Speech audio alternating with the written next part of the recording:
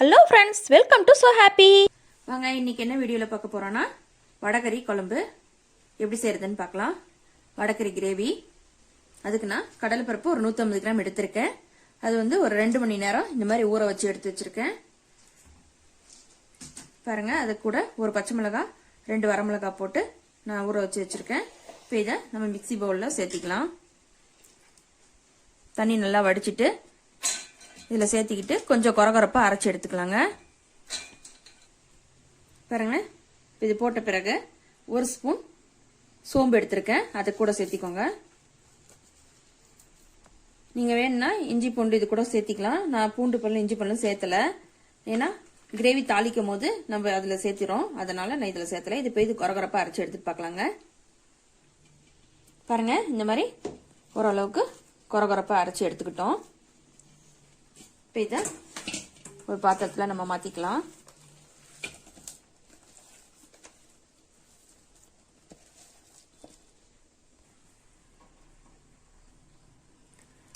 பாருங்க, இப்போ தேவையான அளவு உப்பு சேர்த்திக்கோங்க. நம்ம கிரேவி கூட கொஞ்சம் போட போகிறோம் உப்பு, அதனால பார்த்துட்டு சேர்த்திக்கோங்க. நல்லா பிசைஞ்சு எடுத்துக்கலாம். பாருங்க, இந்த மாதிரி நல்லா பிசைஞ்சு எடுத்துட்டு இப்போ ஒரு கடாயில் எண்ணெய் ஊற்றி வச்சிருக்கேன். பாருங்க, எண்ணெய் நல்லா சூடு ஏறி வந்துட்டு இருக்குது. பாருங்க, நீங்க இந்த மாதிரி குட்டி குட்டியா வடையும் போட்டுக்கலாம், இல்லைன்னா இந்த மாதிரி கிள்ளி கிள்ளி போட்டுக்கலாம்.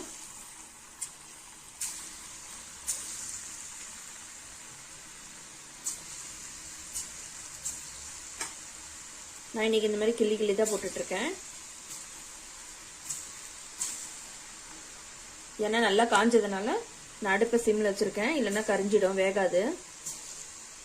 ஏன் இந்த மாதிரி எண்ணெயில் பொரிச்சு எடுத்துட்டு போடுறோம் வடகறி குழம்புக்குன்னா டேஸ்ட் நல்லா இருக்கும், கூடவே சீக்கிரம் உடஞ்சி போகாது, கரையாது. அதுக்காக தான்.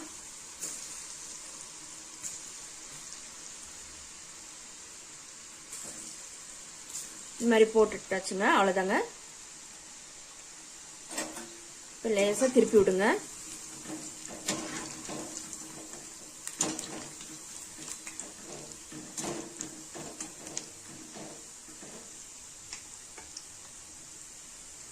இது ஒரு பக்கம் பொரிஞ்சு வரட்டும், நம்ம இன்னொரு பக்கம் கிரேவிக்கு ரெடி பண்ணிடலாம். பாருங்க, ஒரு பக்கம் கிரேவிக்கு நான் ரெடி பண்ணியிருக்கேன். அடுப்பத்தை வச்சு வானல் வச்சிருக்கேன். இது ஒரு பக்கம் வேகிறதுக்குள்ள நம்ம இந்த பக்கம் கிரேவி தாளிக்கலாம். அதுக்கு நான் கடலை எண்ணெய் ஒரு 4 டேபிள் ஸ்பூன் சேர்த்திக்கோங்க.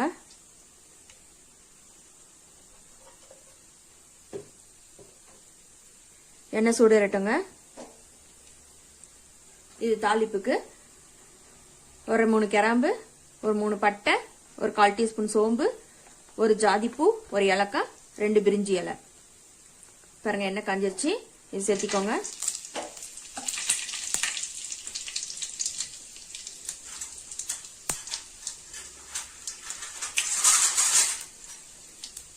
இது நல்லா கலந்து விடுங்க.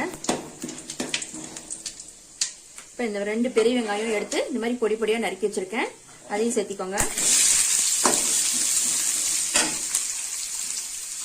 நான் கிரேவிலே வெங்காயத்தை சேர்த்திக்கிட்டேன், வடையில நான் வந்து வெங்காயத்தை சேர்த்தல. வேணும்ன்றங்க நீங்க வடை கூட வெங்காயம் சேர்த்திக்கலாம். வெங்காயம் வதங்குறதுக்கு கொஞ்சம் தூள் உப்பு சேர்த்திக்கோங்க. ஒரு 1/2 டீஸ்பூன் உப்பு சேர்த்திக்கிறேன்.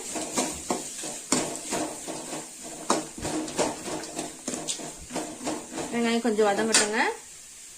அதுக்குள்ள நம்ம இதை பொரிச்சு எடுத்துடலாம். பொரிஞ்சிருக்கும் நேரம். பாருங்க, இந்த அளவுக்கு இருந்தா கூட போதும், ரொம்ப சவக்க வரணும்னு அவசியம் இல்ல.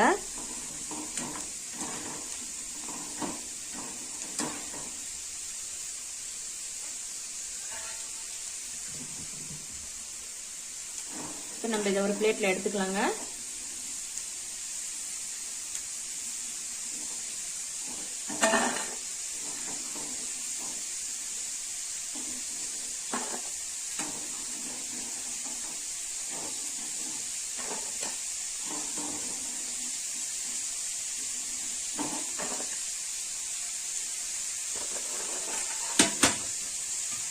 மறுபடியும் அதே மாதிரி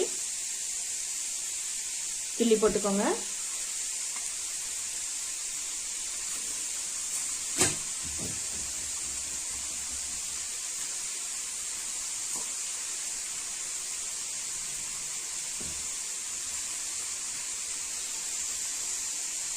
அவ்வளோதாங்க, எல்லாமே போட்டாச்சு. இனி இது வெந்த பிறகு பார்க்கலாம். அடுப்பு அனலேருந்து கம்மி பண்ணி வச்சுக்கோங்க. ரொம்ப அனல் இருந்துச்சுன்னா உள்ளுக்குள்ள மாவாவே இருக்கும்.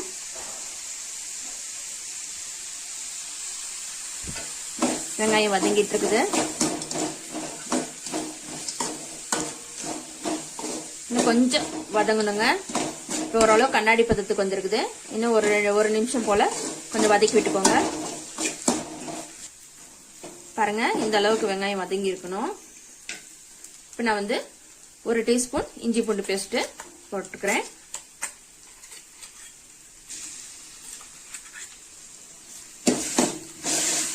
நம்ம இதுலயும் இஞ்சி பூண்டு போட்டு அதுலயும் இஞ்சி பூண்டு போட்டீங்கன்னா ஒரு மாதிரி இருக்கும். அதுக்காக தான் அதிகமா சேர்த்த மாதிரி இருக்கும். அதனாலதான் நான் இது கிரேவில சேர்த்ததுனால நான் வந்து இஞ்சி பூண்டு அதுல சேர்க்கவே இல்லை.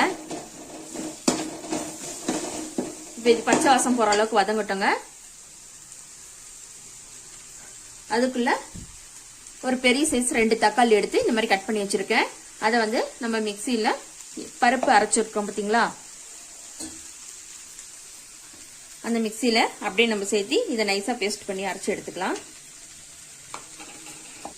பச்சை வாசம் போற அளவுக்கு வதக்கியாச்சுங்க. இப்ப வந்து நான் தக்காளி பாருங்க இந்த மாதிரி நைஸா அரைச்சு எடுத்திருக்கேன். அதையும் சேர்த்திக்கோங்க.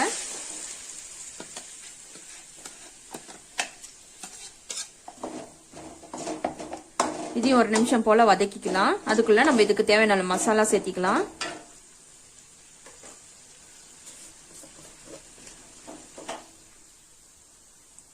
ஒரு 1/4 டீஸ்பூன் மஞ்சத்தூள், 1 டீஸ்பூன் மிளகாத்தூள்,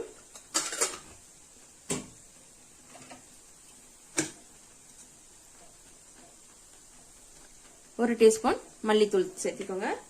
காரம் நான் வந்து ஏற்கனவே இதுல பச்சை மிளகாய் சேர்த்து இருக்கிறதுனால வரமிளகாவும் பச்சை மிளகாவும் அதனால இதுல கம்மியா தான் போட்டிருக்கேன். வேணும்ன்றவங்க இன்னும் கொஞ்சம் கூட சேர்த்திக்கலாம்.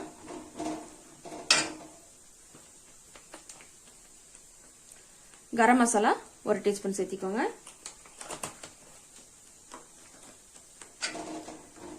இந்த மசாலா பச்சை வாசம் போற அளவுக்கு நல்லா வதக்கலாம்.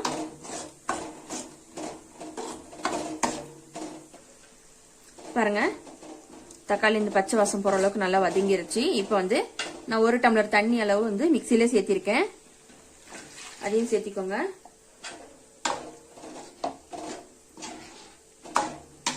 இந்த தண்ணி வந்து ஓரளவுக்கு நல்லா கொதிச்சு வரணும். இப்போ இதை வந்து ஒரு தட்டு போட்டு மூடி வச்சிடலாம்.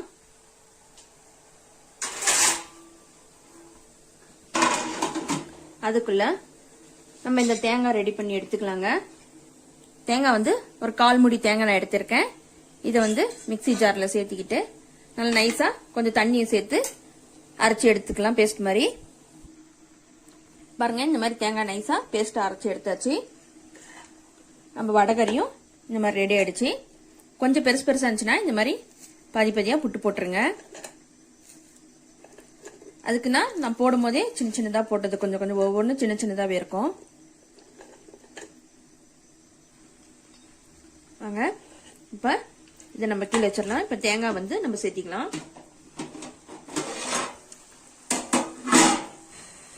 பாருங்க, தக்காளி ஓரளவுக்கு இந்த மாதிரி நம்ம ஊத்தின தண்ணி எல்லாம் ஓரளவுக்கு வத்தி வந்துருச்சு.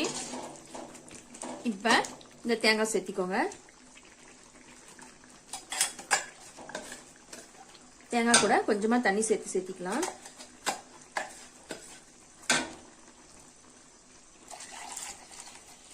நான் 1 டம்ளர் தண்ணி சேர்த்துறேன். நம்ம இந்த வடை போட்டோடனே குழம்பு இன்னும் கொஞ்சம் திக்னஸ் ஆயிடும். நல்லா கலந்து விட்டுட்டு குழம்பு திக்கா இருந்தா இன்னும் கொஞ்சம் தண்ணி சேர்த்திக்கோங்க. இன்னும் கொஞ்சம் தண்ணி சேர்த்து நல்லா கலந்து விட்டாச்சு. இப்ப தேவையான அளவு உப்பு இன்னும் கொஞ்சம் சேர்த்திக்கோங்க. நம்ம அதை கொஞ்சமா தான் போட்டேன் உப்பு. ஒரு 1/2 டீஸ்பூன் உப்பு சேர்த்திக்கிறேன். புதினா தலை ஒரு 2 கொத்து இந்த மாதிரி பொடி பொடியா நறுக்கி வச்சிருக்கேன், அதையும் சேர்த்திக்கிறேன்.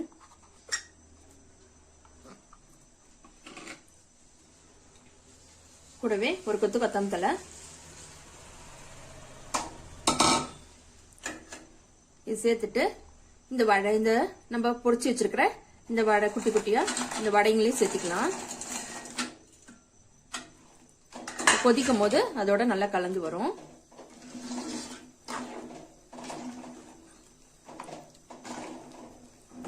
நல்லா கலந்து விட்டுட்டு இதை மூடி வச்சிருங்க. ஒரு 2 நிமிஷம் போல கொதி வரட்டுங்க, பார்க்கலாம் வாங்க. ஒரு 2 நிமிஷம் போல நல்லா கொதிச்சிருச்சு.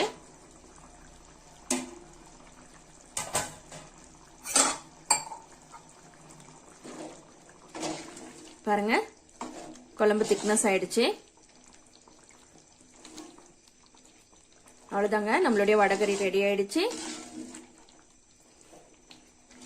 இதை ஒரு பவுல்ல சர்வ் பண்ணிக்கலாங்க. பாருங்க, நம்மளுடைய சூப்பரான வடகறி கிரேவி ரெடி ஆயிடுச்சு. இதே மாதிரி நீங்களும் செஞ்சு ட்ரை பண்ணி பாருங்கள். இந்த வீடியோ உங்களுக்கு பிடிச்சிருந்தா லைக் பண்ணுங்கள், ஷேர் பண்ணுங்கள், கமெண்ட் பண்ணுங்கள்.